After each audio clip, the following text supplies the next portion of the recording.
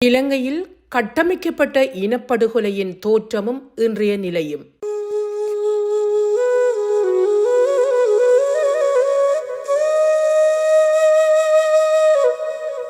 இலங்கை மக்களின் வாழ்வில் தீவின் புவியியல் அரசியல், புவிசார் அரசியல், புவிசார் வரலாற்று கட்டமைப்புகளின் பங்கு. பகுதி 2. இத்தகைய நடைமுறை சார்ந்த பின்னணியில் இலங்கை தீவில் நிகழும் ஈழத்தமிழருக்கு எதிரான கட்டமைக்கப்பட்ட இனப்படுகொலையை அதற்கே உரிய வகையில் முழுமைப்படுத்தப்பட்ட வரலாற்று பார்வைக்கூடாக புரிந்து கொள்ள வேண்டியது அவசியம். ஈழத்தமிழருக்கு எதிரான கட்டமைக்கப்பட்ட இனப்படுகொலைக்கான முக்கிய அடிப்படை இந்து மாகடலின் மையத்தில் இலங்கை இந்திய அரசுகள் சார்ந்து அமைந்திருக்கக்கூடிய புவிசார் அரசியல் அமைவிட கட்டமைப்பாகும். இந்த வகையில் இலங்கை இந்திய அரசியலினதும் கூடவே இந்து மாகடலில் தத்தமக்கான நலன்களை கொண்ட வெளி அரசுகளினது நிலைப்பாடுகளினாலும் அவ்வக்காலகட்ட வரலாற்று பரிமாணங்களுக்கு ஏற்ப ஈழத்தமிழருக்கு எதிரான இனப்படுகொலையும் பல்பரிமாணம் கொண்ட தொடர் வளர்ச்சி போக்கான கட்டமைப்பை பெறுகின்றது.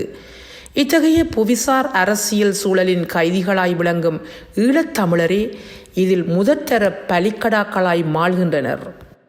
புவியியல் கட்டமைப்பு, அரசியல் புவியியல் கட்டமைப்பு, புவிசார் அரசியல் கட்டமைப்பு, புவிசார் வரலாற்று கட்டமைப்பு என்பவற்றுடன் கூடவே பொருளாதாரம், மானுடவியல், சமூகவியல், பண்பாட்டு அம்சங்களும் பின்னி பிணைந்து அதன் வரலாற்று போக்கை நிர்ணயிக்கின்றன. எந்த ஒரு கட்டமைப்பிலும் அதற்குரிய முறைமை இருக்கும். அந்த கட்டமைப்பின் அடிப்படையிலான முறைமை அது சார்ந்தவற்றின் வாழ்நிலையை நிர்ணயிக்கின்றது. இந்த வகையில் கட்டமைப்பும் முறைமையும் ஒரு நாணயத்தின் இரு பக்கங்கள் ஆகின்றன. புவியியல் கட்டமைப்பை 2ஆக பகுக்கலாம். ஒன்று இயற்கையான புவியியல் கட்டமைப்பு, மற்றையது அரசியல் அதிகாரம் சார்ந்த புவியியல் கட்டமைப்பு. இந்த புவியில் மனிதனால் வகுக்கப்படும் ஒரு நாடு என்பதே அரசியல் புவியியல் அமைப்புதான். அத்துடன் கூடவே ஒரு நாட்டுக்குள் மனிதனால் அரசியல் ரீதியாக வகுக்கப்படும் அரசியல் அதிகாரம் கொண்ட மாநில முறைமை அல்லது மாகாண முறைமை என்பனவும் அரசியல் புவியியல்தான்.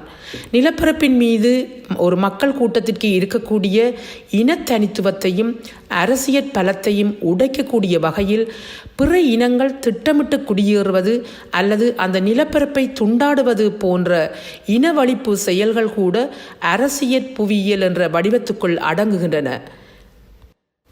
கட்டமைப்பு இயல்பாகவே தனக்கான முறைமையை கொண்டிருக்கும் போதிலும் அந்த கட்டமைப்பின் அடிப்படையோடு இணைந்து மனிதன் தனக்கு சாதகமான முறைமை மாற்றங்களை மேற்கொள்ள முடியும்.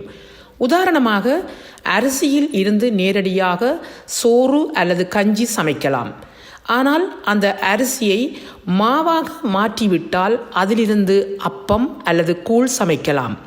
இங்கு அரிசியின் அடிப்படை தன்மை இருக்கும். அதனை அதன் அடிப்படை தன்மையில் வைத்து, ஆனால் முறைமை மாற்றத்திற்கு உட்படுத்தி விரும்பிய வேறு நல்லதை பெற முடிகின்றது. ஒரு புவியியல் அமைவிடத்தை வேறு இடத்திற்கு நகர்த்த முடியாது, ஏனெனில் அது இயற்கையால் உருவாக்கப்பட்டது. ஆனால் அந்த புவியியல் கட்டமைப்பின் மீது அதற்குட்பட்டு நல்லதாகவோ அன்றி கெட்டதாகவோ முறைமை மாற்றங்களை செய்யலாம்.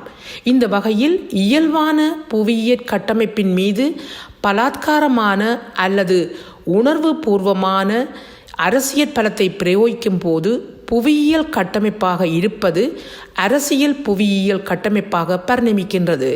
எனவே இக்கட்டமைப்புகளை ஒன்றோடொன்று தொடர்பற்ற பூட்டப்பட்ட தனி பெட்டகங்களாக நோக்காமல் அரசியல் புவியியல், புவி அரசியல், மெய்யியல் என்ற மூன்றையும் பின்னி பிணைத்து பார்க்க வேண்டும். புவிப்பரப்பில் 71% கடல், 29% நிலம், அதிலும் 15% நிலத்தில்தான் மனிதன் வாழ முடியும். நீரின்றி ஆகாது நிலம், நிலமின்றி ஆகாது மக்களும் அரசும். நிலத்தில் அரசு இருந்தாலும் கடலை ஆள்பவனே உலகை ஆள்வான் என்கிறது அரசியல் கோட்பாடு. ஆதலால் நிலத்தையும் நிலத்தை சூழ்ந்த கடலையும் சார்ந்த அரசியலை புறவய பருப்பொருள் நோக்கு நிலையிலிருந்து புரிந்து கொள்ள வேண்டும். புவிசார் அரசியல் கட்டமைப்பானது பெரிதும் இத்தகைய புறவய பருப்பொருள் பரிமாணத்தை கொண்டது. புவியியல் அடிப்படையில் அரசியல் உறவை கௌடில்யர் பின்வருமாறு கூறுகின்றார்: உனது அண்டை நாடு உனது இயல்பான எதிரி, மறுபுறம் உனது அண்டை நாட்டின் அண்டை நாடு உனது இயல்பான கூட்டாளி. மேற்படி புவியியல் அமைவிடம் சார்ந்த நண்பன் எதிரி என்ற மதிப்பீட்டுக்கு அப்பால் பொதுவான நண்பன் எதிரி சார்ந்து கௌடில்யர் பின்வருமாறு கூறுவதை கவனிக்கலாம்: 1000 நண்பர்கள் உள்ளவனுக்கு தக்க தருணத்தில் ஒரு நண்பனும் இல்லாமல் இருப்பான். ஆனால் ஓர் எதிரியை மட்டும் கொண்டுள்ளவனுக்கு அந்த ஓர் எதிரி எல்லா தருணங்களிலும் எதிரியாக இருப்பான் என்று கூறும் கௌடில்யர், என் எதிரியின் எதிரி என் நண்பன் என்று சாதாரண நண்பனை விடவும் எதிரியின் எதிரியை மேலும் பலமான நண்பன் என்று கூறுகின்றார். இங்கு சாதாரணமான எதிரிகளுக்கிடையே நிரந்தர பகைமை இல்லாது போவதற்கான வாய்ப்புகள் உண்டு. ஆனால் புவியியல் அமைவிடம் நிரந்தரமானது என்பதால் புவியியல் அடிப்படையிலான எதிரி அடிப்படையில் நிரந்தரமான எதிரியாவான். ஆதலால் புவியியல் அமைவிட ரீதியான நண்பன் எதிரி உறவானது சாதாரண நண்பன் எதிரி உறவை விடவும் அதிகம் வலிமையானது. தீவு அரசு, தீவு நாடு, தீவு தேசம் என்பன தரைவழி எல்லையை கொண்ட நாடுகளை விட தற்காப்பில் ஒப்பீட்டு ரீதியாக பலமானவை. இலங்கை ஒரு தீவாக இருப்பதுதான் அதனை ஒரு அரசாக நாடாக இருப்பதை சாத்தியமாக்கி உள்ளது. ஆனால் ஒரு பெரும் கடலால் அன்றி இந்தியாவுக்கு அருகே 27 கிலோமீட்டர் அகலமான ஒரு சிறிய பாக்கு நீரிணையால் பிரிக்கப்படுவது இலங்கைக்கு பெரும் சவாலாக உள்ளது.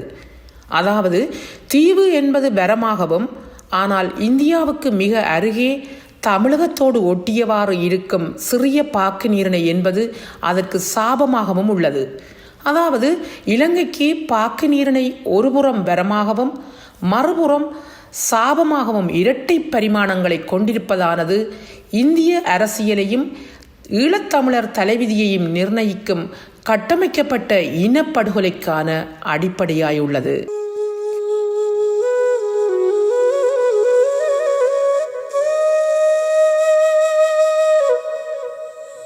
எமது பார்வையாளர்களுக்கு வணக்கம். மக்களின் குரலாய் ஓங்கி ஒலிக்கும் இலக்கு மின்னிதழ் மற்றும் உயிரோடை தமிழ் வானொலி ஆகிய இவ்விரு ஊடகங்களும் உங்களைப் போன்ற எமது நேயர்கள் நண்பர்களின் ஆதரவிலேயே இயங்கி வருகின்றன. மிக குறைந்த வளங்களுடன் பல இடர்கள் மற்றும் தடைகளை தாண்டி பயணிக்கும் எமது ஊடகங்களின் பணிகள் மேலும் வளர உங்களால் முடிந்த நிதியுதவியை வழங்கி இன்னும் காத்திரமான செயற்பாடுகளை முன்னெடுக்க உதவுமாறு மிகவும் பணிவன்புடன் வேண்டி நிற்கின்றோம். உங்கள் பங்களிப்பு உங்களின் உரிமை குரலாய் ஓங்கி ஒலிக்கும். நன்றி.